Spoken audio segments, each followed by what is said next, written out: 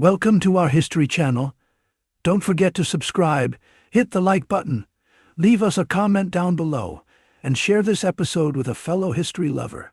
And now, on to tonight's episode. Late September, 1776, Harlem Heights, New York, Commander-in-Chief George Washington of the upstart Continental Army has just secured a critical battlefield victory in a clash against the notoriously stout Black Watch, Highlanders, and their Redcoat compatriots. It was a much-needed reprieve from the successive losses the Americans had suffered against the British Empire that summer. With significant losses at the Battle of Long Island and Kips Bay, control of New York City had fallen into the hands of King George III once more. As Washington miraculously managed to elude total defeat in the twilight of both battles, General Howe marched his troops north to Harlem Heights to expel the rebel colonists from New York City proper for good. A daring tactical move by the American general, led by Lieutenant Colonel Thomas Knowlton of the well-stocked New England Rangers, saw the colonial forces drive forward into the advancing British, then take their flank with an attack circling the Rangers that inflicted heavy casualties upon the British before Washington pulled his forces back as munitions grew sparse for both sides. The stalemate elevated the spirits of the American forces who had been underfed, marginally trained, and on the run from General Howe's forces since their first exchange upon Long Island. It was a bittersweet victory for Washington, as Lieutenant Colonel Knowlton was cut down in the fight, as were a number of other officers. Knowlton had also been in charge of operating the first American espionage ring at the commander's request. A few key prisoner exchanges with the British would help Washington shore up his chain of command with seasoned veterans. However, Washington would also lose a valuable asset in New York City when the young Nathan Hale, one of Knowlton's own Rangers turned spy, was arrested and hanged by British forces as a citywide crackdown took place following a massive fire that threatened to engulf the Empire City after the American army withdrew. Washington wrote a nuanced request to Congress, imploring them to provide him with men that be conscripted on a permanent basis, with salary, pension, and land grants as part of the offer to recruit and maintain a considerably more professional fighting force. Congress declined their request and would continue to put off doing so for years to come. On October 11th, in the waters of Valcour Bay of Lake Champlain in upstate New York, near the Quebec border, the United States Navy engaged in one of the first battles of the Revolutionary War, and to that effect, one of the first in its history. The Americans, under the command of Benedict Arnold, had drawn the British fleet into Valcour Bay in an attempt to diminish their opponents' inherent advantages. When the exchange broke in favor of the Royal Navy, an attempt to escape from the British up to Crown Point faced severe weather that stalled the American retreat and resulted in the vast majority of the young Navy's ships being grounded, destroyed, and burned. The Americans managed to inflict some damage upon the British, but would suffer far greater losses themselves, to the toll of 200 casualties, with several critical ships destroyed, including the USS Philadelphia. The British losses were tallied at 40 casualties, and 3 gunboats lost. As consequential as this battle would be to the Americans' efforts, it wasn't the most pressing issue of the day for General Washington to address. At Throg's Neck, a small peninsula extending out from the edge of the Bronx, 4,000 British and Hessian troops were transported on 80 sails that navigated through Hellgate into Long Island Sound, landed, and threatened to trap Washington's army between themselves and the Crown troops in New York City. Howe was once again attempting to turn the Americans' flank, which he had done to great success on Long Island. Yet the royal general soon discovered he had made a grave miscalculation. The terrain consisted of thick marshes that forced the Crown troops through 2 bottlenecks with stone fences lining the nearby roads. The lands were highly favorable to American defensive positions, with a colonial officer stating to Washington, "I think if they are well lined with troops, we can make a considerable slaughter, if not discomfort them totally." Washington would manage to halt the invading force with just 2,000 of his men. This action served as a much-needed dose of reality for the American commander, rousing him to the notion that Howe was actively moving to cut him off from an exit path out of Harlem. On October 16th, Washington convened a council of war in his Harlem Heights headquarters in the Morris House. The main army would head out the next day for White Plains to the north, with a meager garrison of 1,200 men left behind to man Fort Washington upon the Hudson River, with the tall task of holding the fort while preventing the passage of British ships. On the 18th, 3 miles north of Throg's Neck, thousands of British soldiers came ashore. Had Washington waited just 2 days longer, he would have been enveloped by the British. Now that he had escaped once again, however, General Howe did not give chase.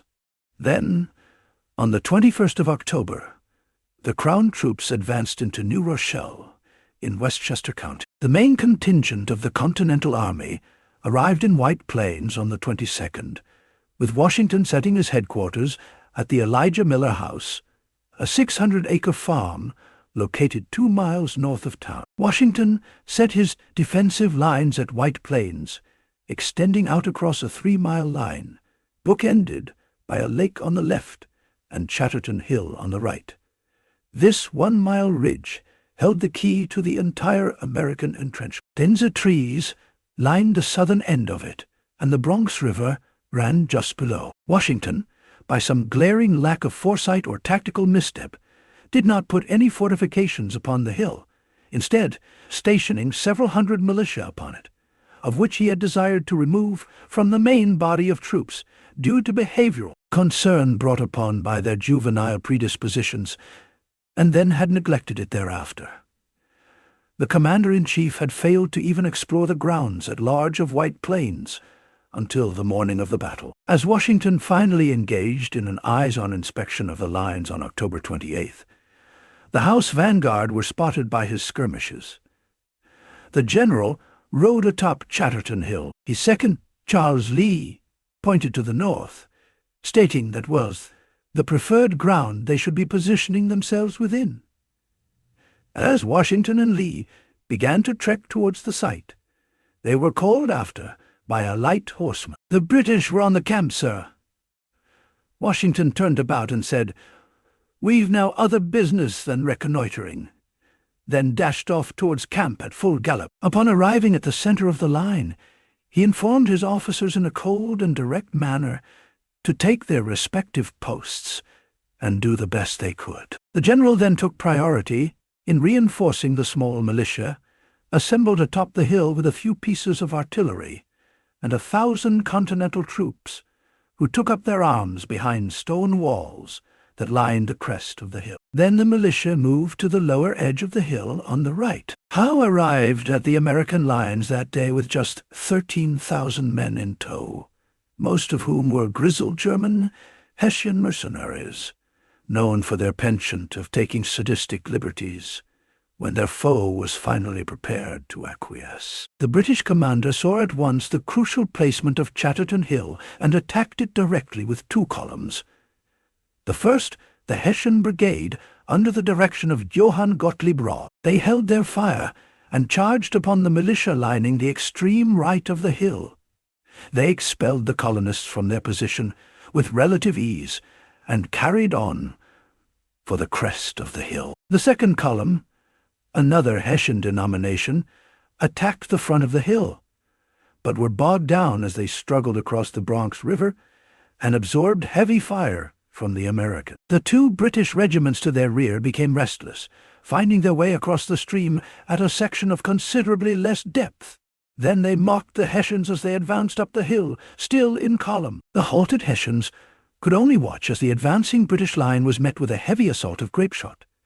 Yet they persisted in spite of their substantial losses, and in due time the Hessian professionals were advancing in support of their rear. The Maryland regiment then attacked downhill, attempting to scatter the surging column, But amidst the chaotic melee, they could not organize themselves into an effective offensive force and were scattered about. Still, the artillery of the Americans inflicted further punishment. The legend of Sleepy Hollow is drawn from the lore of this battle, as tales of a Hessian cavalryman beheaded by a cannonball that was seen still galloping up the ravine were spread by Americans. In a reversal of fortune for the colonials, the British artillery then went to work upon them in devastating fashion. A member of the Connecticut Regiment recalled bearing witness to the work of just one projectile. A cannonball cut down Lieutenant Young's platoon, which was next to that of mine. The ball first took the head of Smith, a stout, heavy man, and dashed it open.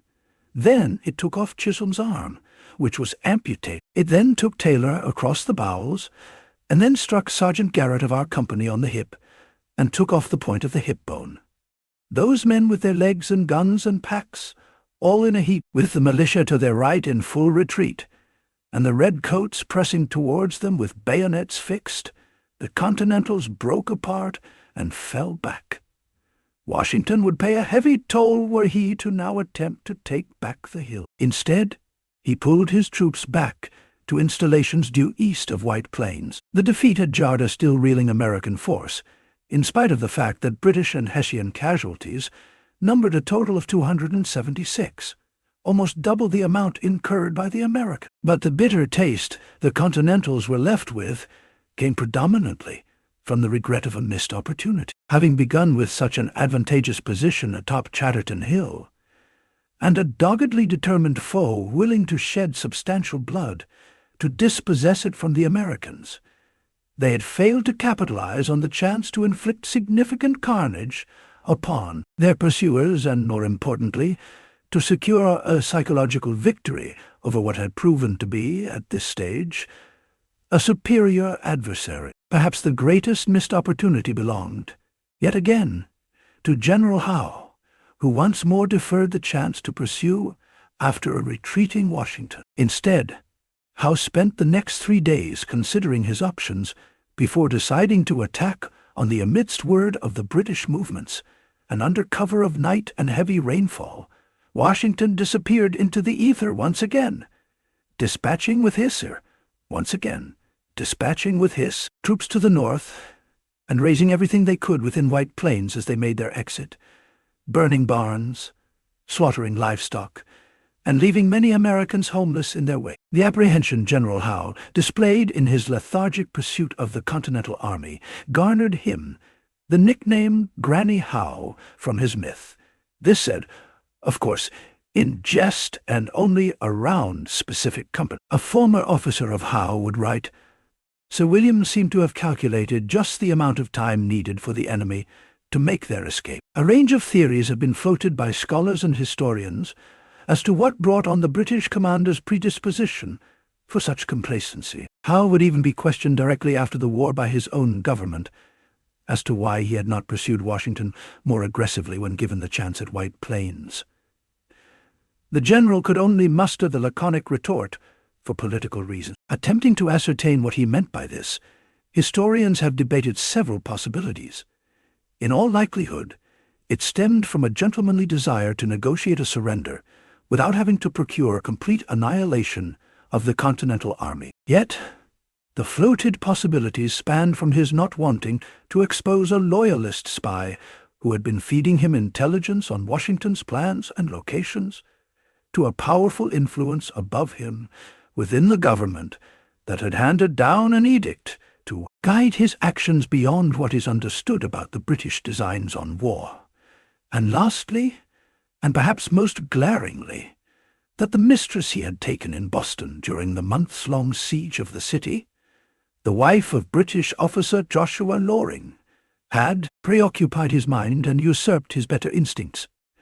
Judge Thomas Jones, a loyalist historian, compared Howe to Mark Antony, declaring, "Sir William sacrificed an empire for the charms of his Boston Cleopatra." In early November, Howe would abandon White Plains and head back to Manhattan, where he stated he had unfinished business to attend to. Nevertheless, after another defeat, The outlook for the Continental Army heading into the winter was beyond bleak. It would take bold and cunning action from General George Washington to reinvigorate his men's purpose and claw the young nation back into this epic fight. And he would devise a plan to do just that in 2 short months' time, on the night of Christmas, 1776.